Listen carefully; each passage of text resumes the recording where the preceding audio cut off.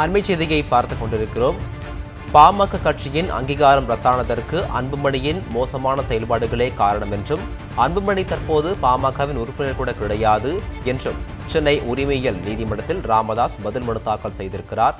அண்மை செய்தியாக பார்த்துக் கொண்டிருக்கிறோம். இது பற்றிய மேலும் விவரங்களை வழங்குவதற்காக எமது செய்தியாளர் ராம்ஜி இணைப்பில் இருக்கிறார். ராம்ஜி, வணக்கம். கூடுதல் விவரங்களை பதிவு பண்ணுங்க.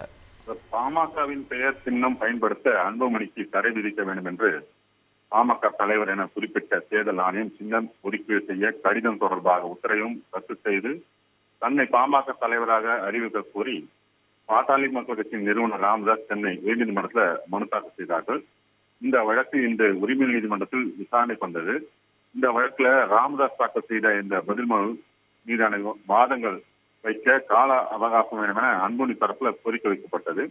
ஆனால் அன்புமணி தரப்புல கோரிக்கை வைக்கப்பட்டது ஏற்கக்கூடாது என ராமதாஸ் தரப்புல நீதிமன்றத்திலும் வாதங்கள் வைக்கப்பட்ட நிலையில இந்த வழக்குல இரண்டு தரப்பு வாதங்களும் கேட்கப்பட்ட நீதிபதி இந்த வழக்குல ராமதாஸ் தரப்புல நீதிமன்றத்துல ஒரு பதில் மனு தாக்கல் செய்யப்பட்டது. அதில் பாமக சட்ட விதிகளுக்கு உட்பட்டுத்தான் ராமதாஸ் தலைவராக தேர்வு செய்யப்பட்டார் என்பதால் இந்த வழக்கு தொடர்வதற்கான அனைத்து தகுதியும் அவருக்கு உள்ளதாகவும், அன்புமணி பாமகவின் கட்சி உறுப்பினர் பதவியிலிருந்து நீக்கப்பட்டவர், அவர் கட்சியின் அங்கீகரிக்கப்படாத ஒரு நபர் என ராமதாஸ் தாக்கல் செய்த பதில் மனுவிலே குறிப்பிட்டுள்ளார்.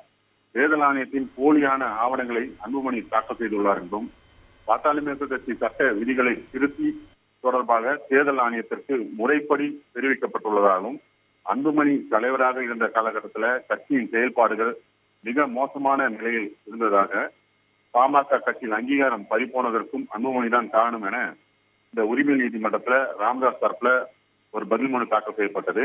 இதை ஏற்றுக்கொண்ட நீதிமன்றம் வழக்கு விசாரணையை ஒரு வார காலத்திற்கு ஒத்திவைத்திருக்காங்க. கூடுதல் விவரங்களுக்கு நன்றி ராம்ஜி.